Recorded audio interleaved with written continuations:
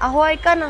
ओम साईराम. काय मॅडम, किती वेळची वाट बघतोय, एवढा उशीर? अहो मी लवकरच निघाले होते, पण येताना मला तो माझा बेस्ट फ्रेंड नाही का वेदांत, तो भेटला होता ना, त्याच्याशी बोलण्यात वेळ गेला.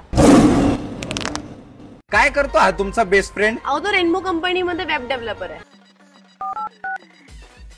HR, तुझ्या कंपनीमध्ये वेब डेव्हलपर डिपार्टमेंटला वेदांग नावाचा एम्प्लॉई आहे. त्याला 5 मिनिटात नारळ द्यायचा, नाही तर 2 मिनिटात तुझी खुर्ची रिकामी करेल. कळलं का? काय झालं? काय नाही, ते एखादा सत्कार करायचा होता ना, तर त्याला नारळाने शाल देऊन सन्मानाने घरी पाठवलं. बाकी तुमचा बेस्ट फ्रेंड काय करतो अजून? तो फिटनेस फ्रीक आहे, एकदम स्टीलची बॉडी आहे त्याची.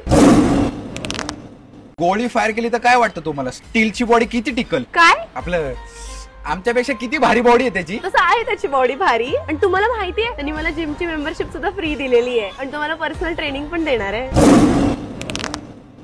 नाही, पण तुमच्यापेक्षा भारी कविता नाही करत तो. तुम्ही जेलस होताय ना? करा ना एक कविता. थोडं प्रेमाने विचारा. अहो ऐका ना, कराल का माझ्यासाठी एक कविता? हो करतो.